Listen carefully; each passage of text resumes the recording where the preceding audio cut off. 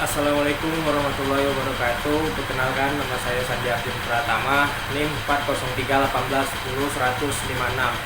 Saya berasal dari jurusan Informasi semester 7 kelas B. Baiklah, di sini saya akan menjelaskan karya ilmiah saya tentang akhlak, moral, dan etika. Baiklah, yang pertama yaitu pendahuluan. Sejarah agama yang menunjukkan bahwa kebahagiaan yang ingin dicapai dengan menjalankan syariah agama itu hanya dapat terlaksana dengan adanya akhlak yang baik. Kesadaran akhlak adalah kesadaran manusia tentang dirinya sendiri, di mana manusia melihat atau merasakan dirinya sendiri sebagai berhadapan dengan baik dan buruknya. Disitulah yang membedakan halal dan haram, hak dan batil, khususnya manusiawi. Dalam dunia hewan tidak ada halal yang baik dan buruk atau patut tidak patut, karena hanya manusialah yang mengerti dirinya sendiri. Hanya manusialah yang sebagai subjek menginisiatif bahwa dia berhadapan dengan pada perbuatannya itu. Baiklah, yang kedua, pembahasan yaitu ada 4. Yang pertama yaitu pengertian akhlak, moral, dan etika. Yang pertama yaitu pengertian akhlak. Pengertian akhlak adalah budi pekerti, perangai, tingkah laku atau tabiat, tata krama, sopan santun, adab, dan tindakan. Akhlak adalah perbuatan yang telah tertanam kuat dalam jiwa seseorang sehingga menjadi kepribadiannya sendiri. Perbuatan yang dilakukan dengan mudah tanpa pemikiran. Ini tidak berarti bahwa melakukan perbuatan orang yang bersangkutan dalam keadaan tidak sadar, sehingga perbuatan yang timbul dari dalam diri orang yang mengerjakannya tanpa paksaan atau tekanan dari luar. Baiklah, yang kedua yaitu pengertian moral. Moral sering juga disebut sebagai akhlak, budi pekerti. Moral juga berhubungan dengan proses sosialisasi individu seorang dalam bertingkah laku dan ucapan seseorang dalam berinteraksi dengan manusia lainnya. Apabila yang dilakukan seseorang itu sesuai dengan nilai rasa yang berlaku di masyarakat, maka orang itu dinilai memiliki moral yang baik. Begitu juga sebaliknya.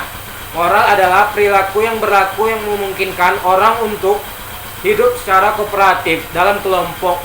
Kebanyakan orang cenderung bertindak secara moral dan mengikuti pedoman sosial, sehingga menjadikan standar perilaku yang digunakan untuk menilai benar atau salah. Yang ketiga yaitu pengertian etika. Pengertian etika itu merupakan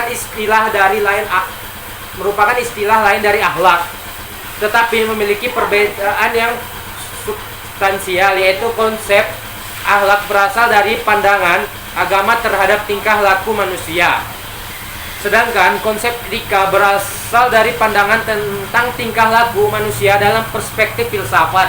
Etika adalah tingkah laku manusia yang ditransmisikan dari hasil pola pikir manusia. Bahwa etika adalah kajian filsafat moral yang tidak mengkaji fakta-fakta, tetapi meneliti nilai-nilai ide rasional tentang tindakan baik dan buruknya, telah lama menjadi bagian dari kajian para filsuf. Hal ini penting dan paling mulia ialah kesenangan jiwa, karena kesenangan jiwa akan menyangkut kenikmatan metafisikal. Etika yaitu segalanya sesuatu yang berkaitan dengan nilai-nilai tindakan manusia yang menurut ukuran rasio dinyatakan dan diakui sebagai sesuatu yang substansinya paling besar. Akal sehat manusia itu dan distandarkan menurut seperti sumber kebenaran adalah jiwa. Nilai kebenaran jiwa itu kekal. Segala yang tidak kekal pada dasarnya bukanlah kebenaran. Baiklah, saya akan melanjutkan pembahasan yang kedua, yaitu sumber akhlak, moral, dan etika. Yang pertama yaitu sumber akhlak. Dalam membimbing manusia, akhlak Islam yang merupakan sistem akhlak yang berdasarkan kepercayaan kepada Tuhan, tentu sejalan dengan ajaran-ajaran Islam itu sendiri. Di samping itu, karena sumber utama ajaran Islam adalah Al-Quran dan Sunnah, maka akhlak Islam pun harus berdasarkan Al-Quran dan Sunnah. Dengan demikian, sumber akhlak bagi kaum muslimin adalah Al-Quran dan Sunnah. Dan memang persoalan akhlak dalam Islam banyak dibicarakan dan dimuat dalam Al-Quran dan hadis. Sumber tersebut memberikan batasan-batasan dan tindakan sehari-hari bagi manusia. Di dalamnya dijelaskan arti baik dan buruk, diberikannya informasi kepada umat tentang apa yang semestinya dilakukan dan bagaimana harus bertindak dan apa yang mestinya dihindarkan dan ditinggalkan. Dengan demikian akan mudah diketahui apakah suatu perbuatan adalah tindakan terpuji atau tercela, benar atau salah. Akhlak Islam merupakan cerminan dari keimanan seseorang dan sejauh mana komitmennya dalam meneladani perilaku kehidupan Rasulullah SAW. Dengan kata lain, akhlak Islam merupakan refleksi dari ketakwaan seseorang. Baiklah, selanjutnya itu adalah manfaat mempelajari moral. Untuk memotivasi manusia untuk bertindak dengan penuh kebaikan yang didasari dan dilandasi oleh kewajiban untuk bermoral, moral akan memberikan sanksi sosial sehingga setiap individu manusia akan memikirkan dan mempertimbangkan semua tindakan yang akan dilakukannya. Moral yang ada di masyarakat akan membuat anggota dalam kelompok tersebut termotivasi untuk berbuat baik agar dapat menyesuaikan diri dengan lingkungannya. Baiklah, saya akan melanjutkan pembahasan saya, yaitu hubungan pendidikan karakter dengan akhlak, moral, dan etika. Yang pertama itu pendidikan karakter dan pendidikan akhlak.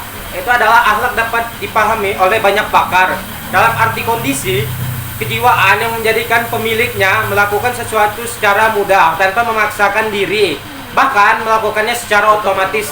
Apa yang dilakukan ini bisa merupakan sesuatu yang baik dan ketika itu dinilai memiliki akhlak karimah, mulia dan terpuji. Bisa juga sebaliknya, dan ketika itu ia dinilai menyandang akhlak yang baik, maka tersebut berdasarkan nilai-nilai yang dianut oleh masyarakat di mana yang bersangkutan berada. Bentuk jamak pada kata akhlak mengisyaratkan kebanyakan hal yang dicakup olehnya. Secara garis besar dapat dikatakan bahwa ia bukanlah saja aktivitas yang berkaitan dengan hubungan antara manusia, tapi juga hubungan manusia dengan Allah, dengan lingkungan-lingkungan baik, maupun bukan serta hubungan diri manusia secara pribadi. Yang kedua yaitu hubungan pendidikan karakter dan pendidikan moral. Baiklah, sekian dari penjelasan tugas karya ilmiah saya. Apabila ada kekurangan dan kesalahan, saya mohon maaf. Wabillahi taufik wal hidayah. Assalamualaikum warahmatullahi wabarakatuh.